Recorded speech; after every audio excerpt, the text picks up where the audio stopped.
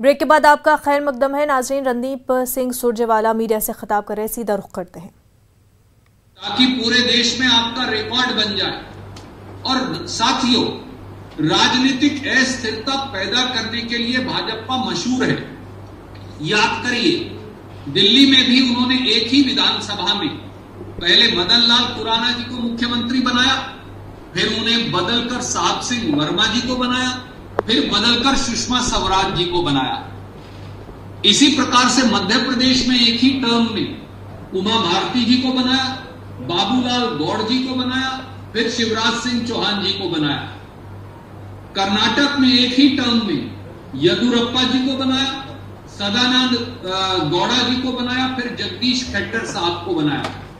और अब फिर कई प्रांतों में वो बार बार खिलौनों की तरह मुख्यमंत्रियों को बदलते हैं। सवाल बड़ा सीधा है और मेरे आदरणीय साथी देवेंद्र यादव जी, प्रीतम सिंह जी, महाराज साहब और टेलीफोन के माध्यम से, क्योंकि उन्हें बहुत बुखार है, हमारे पूर्व मुख्यमंत्री हरीश रावत जी भी इस पर प्रकाश डालेंगे। पर सत्ता की लोलुपता, बंदर बाट सत्ता की, हमारे देवभूमि उत्तराखंड की जो खनिज हैं, अन्य रिसोर्सेज हैं, उनका दोहन केवल यही भाजपा ने किया है। और भारतीय जनता पार्टी का शासन अब शर्मसार हो गया है। वो पूरी तरह से नैतिक संवैधानिक अधिकार खो बैठे हैं और जनता इस बात की इंतजार कर रही है कि कैसे एक बार फिर कांग्रेस पार्टी का शासन वहां बने जनता की वोट से, ताकि एक स्थिर, एक प्रगतिशील और एक तरक्कीशील सरकार का गठन हो सके।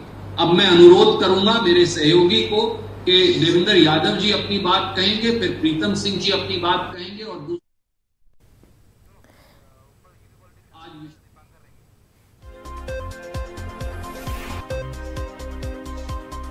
तो उत्तराखंड की सियासत में हलचल मची हुई है। रणदीप सिंह सुरजेवाला मीडिया से खिताब कर रहे थे। हमारे नुमाइंदे दीपांकर बराह रास्त हमारे साथ जुड़ चुके। दीपांकर, उत्तराखंड की सियासत में काफ़ी हलचल देखने को मिल रही है और इसी हवाले से अभी आपने देखा कि रणदीप सिंह सुरजेवाला भी मीडिया से बात कर रहे थे।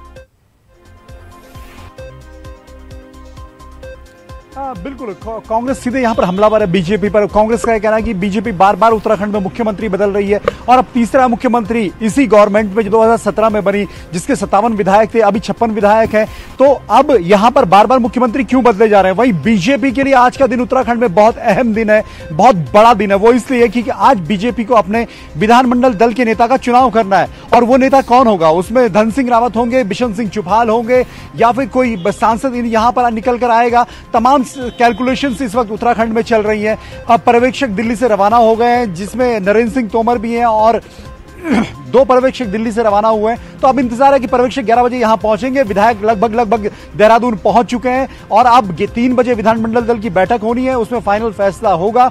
हो सकता है कि तीरथ सिंह रावत खुद इस बात का अनुमोदन करें कि वो किसके नाम का प्रस्ताव यहां पर रखते हैं, फिर कौन उसका अनुमोदन करेगा। तो कुल मिलाकर पॉलिटिकल सरगर्मी उत्तराखंड में तेज है कि अगला मुख्यमंत्री उत्तराखंड का कौन होगा। जी बिल्कुल दीपांकर, लेकिन क्या वजह इसकी है कि बीजेपी लगातार सीएम का चेहरा बदल रही है? कुछ दिनों तक एक सीएम रखा जाता है और फिर बदल दिया जाता है, इसकी क्या वजह है?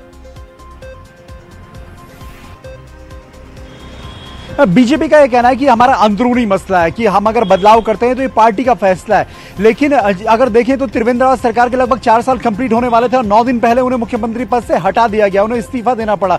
बात यह आई थी कि कहीं ना कहीं नाराजगी थी मंत्रियों की, विधायकों की, और सरकार के जो प्लान्स थे उनमें कहीं ना कहीं एक रूपता नहीं थी। कई फैसले, जिस तरह गैरसैंण को मंडल बनाने का फैसला था, राजधानी बनाने का फैसला था, देवस्थानम बोर्ड का फैसला था, कुंभ की तैयारियां थी, संतों की नाराजगी थी, वो त्रिवेंद्र रावत पर भारी पड़ी। और अब जब तीरथ सिंह रावत को 4 महीने हुए तो यहां पर एक संवैधानिक संकट की बात की जा रही है कि तीरथ सिंह रावत जब चुनाव नहीं लड़ सकते, तीरथ सिंह रावत जब विधायक नहीं बन सकते, तो उनको किस तरीके से विधानसभा में लाया जाएगा।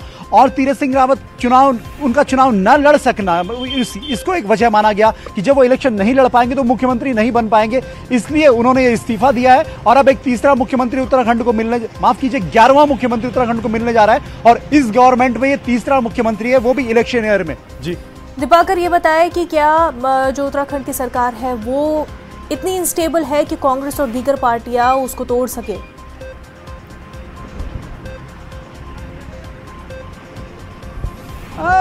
बीजेपी यहां पर मजबूत थी 2017 में, लेकिन जब से सरकार बनी है तब से उसके अंदर के जो नाराजगी है, विधायकों की नाराजगी है, पार्टी के अंदर जो धड़ेबाजी है, गुटबाजी है, वो कहीं ना कहीं पार्टी पर भारी पड़ी है।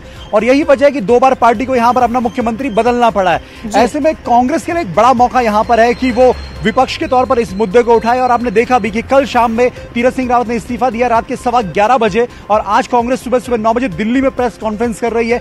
यानी मैसेज कांग्रेस का यह है कि पूरे देश में मैसेज दिया जाए कि बीजेपी उत्तराखंड में गवर्नमेंट को अनस्टेबल कर रही है, अस्थिर कर रही है। तो अब पूरी नजर इस पर रहेगी कि कांग्रेस इस पूरे पॉलिटिकल ड्रामा को कैसे खुद के लिए यूज करती है और बीजेपी अपने किसे नया मुख्यमंत्री चुनती है। जी बिल्कुल, वहीं बीजेपी की मीटिंग होनी है, एक नाम चुना जाएगा, लेकिन क्या माना जा रहा है कि कौन ऐसे चेहरे हैं जिनको रिकमेंड किया जा रहा है, चाहे पार्टी कारकुनान की तरफ से या दीगर पार्टी लीडरान की तरफ से?